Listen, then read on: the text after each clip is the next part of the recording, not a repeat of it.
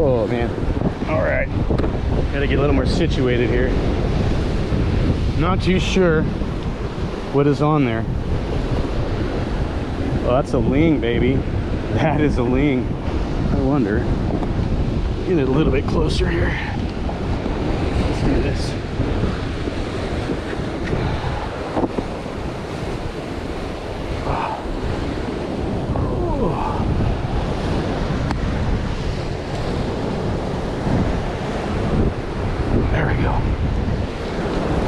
There we go. Oh, first cast fish, dude. I love these.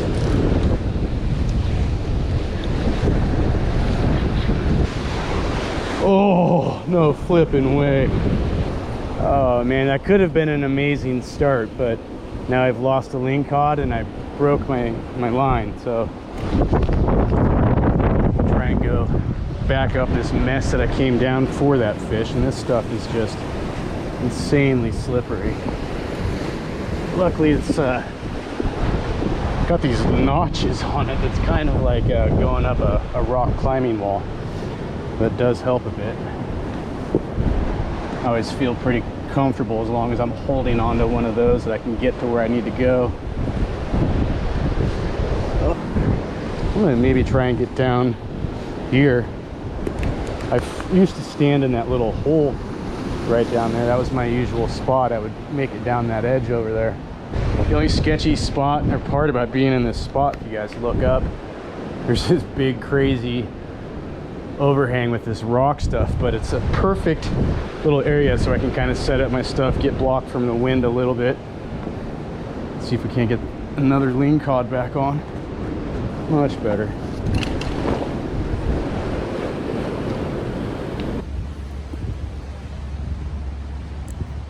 So obviously we just got one of our cool little curly tail grubs there, and a little swim jig here, which I believe is about a ½ ounce. No, that's a 3/4. Yeah, that's a 3/4 ounce.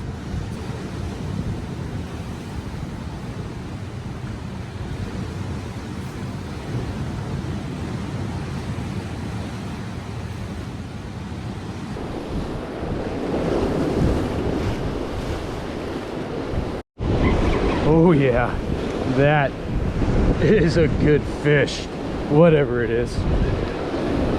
Oh, it's a ling, baby. That is a ling. Woo. All right, some new terrain to be walking in. This. All right. Oh, that looks like a keeper too, guys. We can get it up here. Come on. Oh. Woo.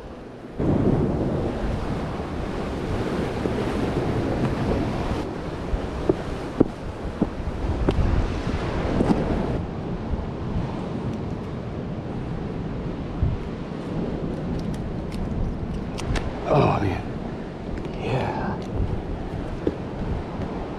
I've brought up in other videos, and I'm sure a lot of you guys check regulations before you go, but when it comes to a lingcod, they have to be at least 22 inches long. If we go from the tip of his mouth here,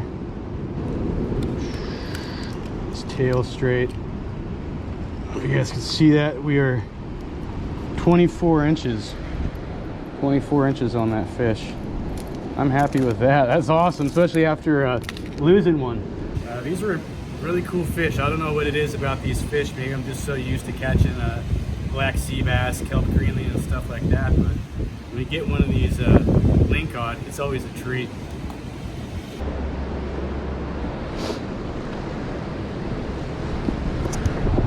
Oh, we're good.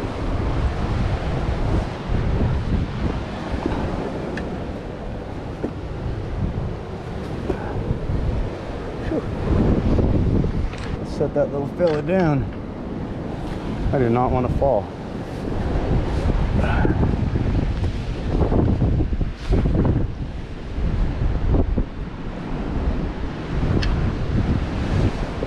There we go.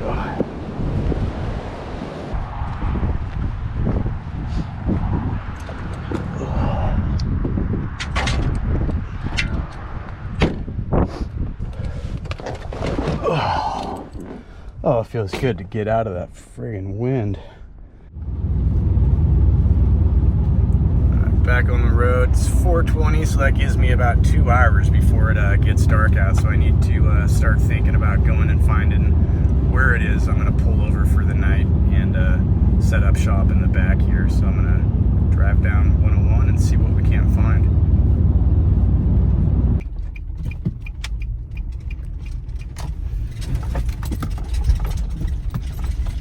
Well, unfortunately, I'm going to break one of my own rules, which is never stay in the same spot 2 nights in a row. But being that it's already getting kind of late and I've only got so much time before it gets dark, I kind of want to figure out where I'm going to be for the night. So this is a great spot. I love it out here.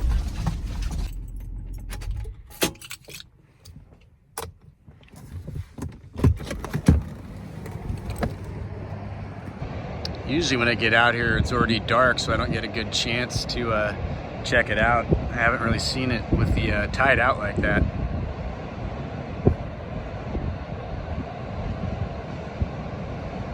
So I'm gonna give you guys a quick breakdown of my camping setup. I have been getting asked about it more recently since I've been doing more camping in the vehicle, at least on video. As you can see here, I've obviously got the bed box, just a simple build. It's got 2 pull-out drawers in it. So in one drawer, I kind of keep all of my cooking stuff, all of my utensils and things like that, because it's nice to stay organized. In this one, I usually keep all of my food. I try and keep it stocked up with things that don't go bad. So noodles, rice. So I'll have top ramen, macaroni and cheese, different things, some snack bars, just so there's always something in here. And of course, the basics for doing my cooking.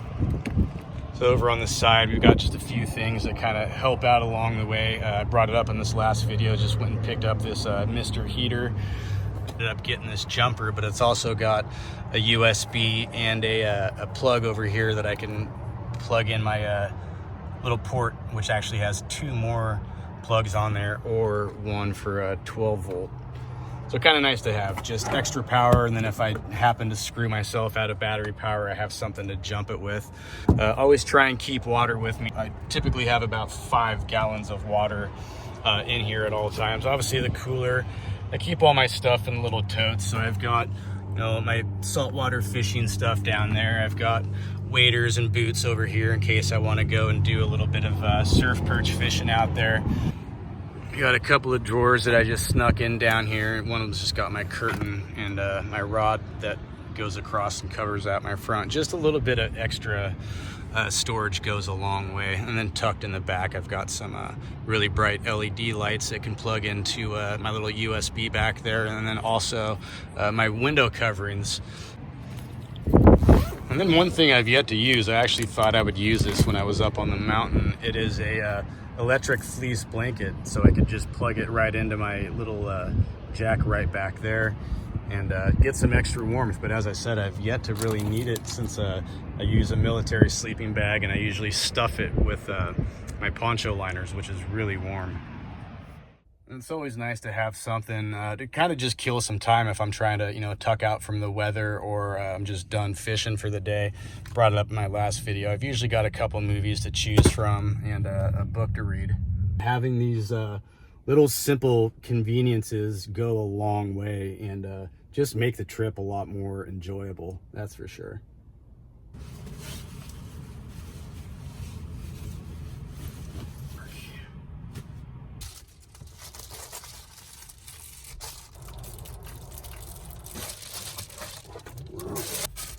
So I brought up again in that last video that I was trying to find some of these that were pre-made, but being that this vehicle is a 2005, they didn't have them for this vehicle. So I ended up just going to Home Depot and picked up this roll. I think it was a 20-foot roll, and I think I paid like $10-15 for it or something like that, and then just came out and measured the windows and got them fit in there, and works for me. And from the front, when you're looking inside, you can just see the curtain back there, so it just blocks all the light. It's a blackout curtain, so it doesn't let any light through there, which is really nice. I'm sleeping good tonight, I'll tell you that. All right, right, well, we're kind of limited on time. I'm still gonna cook these things up. I'm just gonna not do it on video this time. So no catch and cook, but there's plenty of catch and cooks on the channel if you guys want to check those out. I really wanted to see the sunset last night, and I ended up kind of missing it. But another look at our nice lingcod. I'm gonna take a nice slab of meat off of that. And for those of you that didn't watch the video leading up to this video, I ended up coming away with a couple of little black sea bass that I got on a little double up on a high-low rig.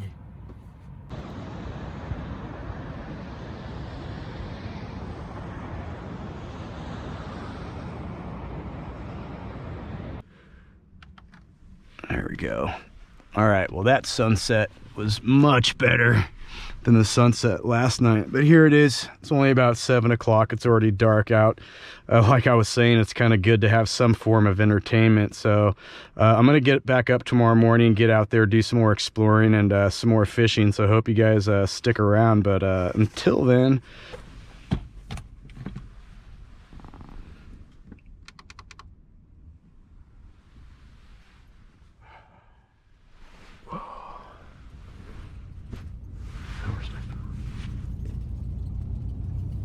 it's 6:47. It's a little too early. I'm gonna get a little more sleep and then we'll get up and go fish.